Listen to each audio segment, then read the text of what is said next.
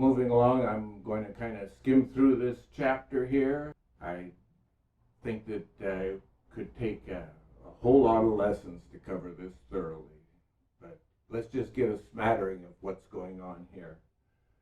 So when you see the abomination of desolation spoken of by Daniel the prophet standing where it ought not, let the reader understand. Then let those who are in Judea flee to the mountains. Let him who is on the housetop not go down into the house, nor enter to take anything out of the house. And let him who is in the field not go back to get his clothes.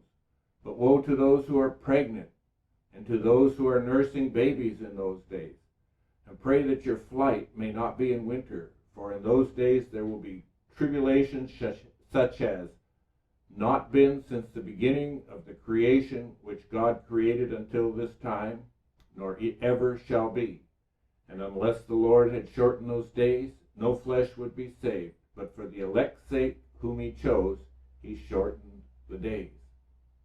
So we have a lot of folks have put those scriptures towards the fall of Jerusalem.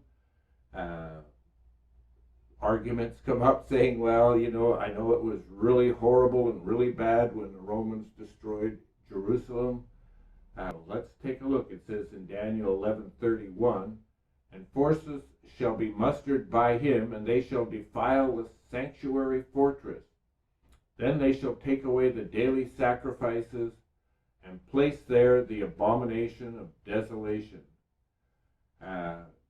This really can't be about the destruction of Jerusalem because the temple was destroyed. And so what are you going to put in all the rubble?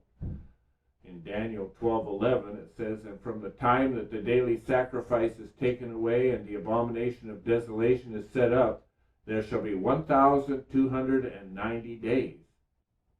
This cannot be about the destruction of Jerusalem because the temple is destroyed.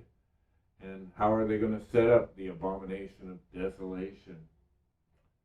In Luke chapter 21, it appears to be talking about the destruction of Jerusalem here when he wrote, but when you see Jerusalem surrounded by armies, then you know that desolation is near.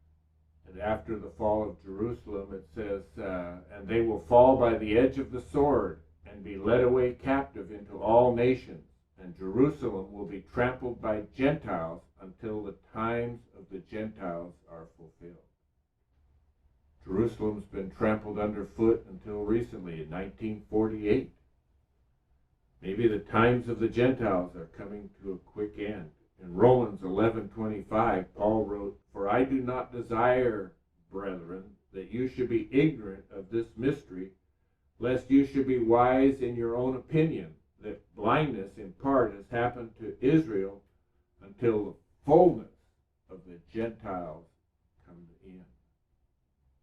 But Jesus continues warning the disciples. Verse 21, it says, then if anyone says to you, look, here is the Christ, or look, he is there, do not believe it, for false Christs and false prophets will rise and show signs and wonders to deceive, if possible, even the elect. But take heed, see, I have told you all things beforehand. So Jesus was talking to his disciples, and all these things have been taking place since the resurrection of Jesus Christ until this day. So we've been forewarned not to be deceived. Mark 13:24. But in those days, after that tribulation, the sun will be darkened, and the moon will not give its light. The stars of heaven will fall, and the powers in the heavens will be shaken. Then they will see the Son of Man coming in the clouds with great power and glory. And then he will send his angels and gather together his elect from the four winds, from the farthest part of the earth to the farthest part of heaven. More reason to believe that this is an end-time event. These cosmic events really haven't taken place, and they didn't take place at the fall of Jerusalem, nor since. The Son of Man has not returned after the fall of Jerusalem. The return of Jesus, it's not a secretive event. And people heard them say, oh, he's going to come, and people disappear, and everybody's going to go, what happened to them? I don't see that it's a secretive event. It says, Then they will see the Son of Man coming in clouds with great power and glory. I've heard people say, well, that's just the believers are going to see him. Well, I don't know. I think everybody's going to see him. Believers are gathered from every nation on earth and from heaven. I can just see it at the sound of the last trumpet. All these things are taking place. They haven't happened yet. Jesus makes it very clear how he's going to be coming again. No one should mistake his return for anyone claiming to be the Christ. Mark 13:28. Now learn this parable from the fig tree. When its branch has already become tender and puts forth leaves, you know that summer is near.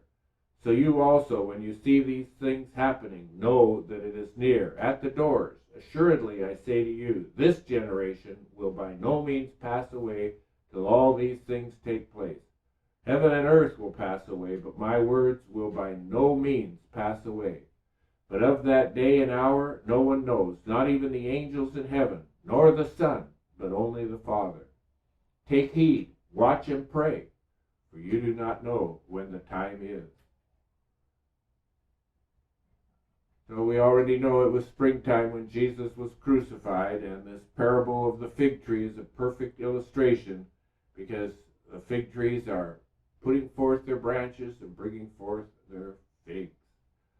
What's the illustration Jesus is trying to make in this parable? The generation that sees the sun darken and the moon not giving its light, the stars of heaven falling, the powers of heaven shaken. Jesus has not returned yet, and all his disciples are in heaven. He wasn't speaking about them. Are you ready for what's going to be taking place? In Mark 13:33-37, take heed, watch and pray, for you do not know when the time is. It is like a man going to a far country who left his house and gave authority to his servants and to each his work, and commanded the doorkeeper to watch. Watch therefore, for you do not know when the master of the house is coming, in evening, at midnight, at the crowing of the rooster, or in the morning, lest coming suddenly he find you sleeping. And what I say to you, I say to all, watch. Jesus knows what he has told the disciples will be told to all. That's why he said, I say to all, watch. Jesus is coming for those who are looking for his return. Jesus is coming for those who are busy about the Father's business when he returns.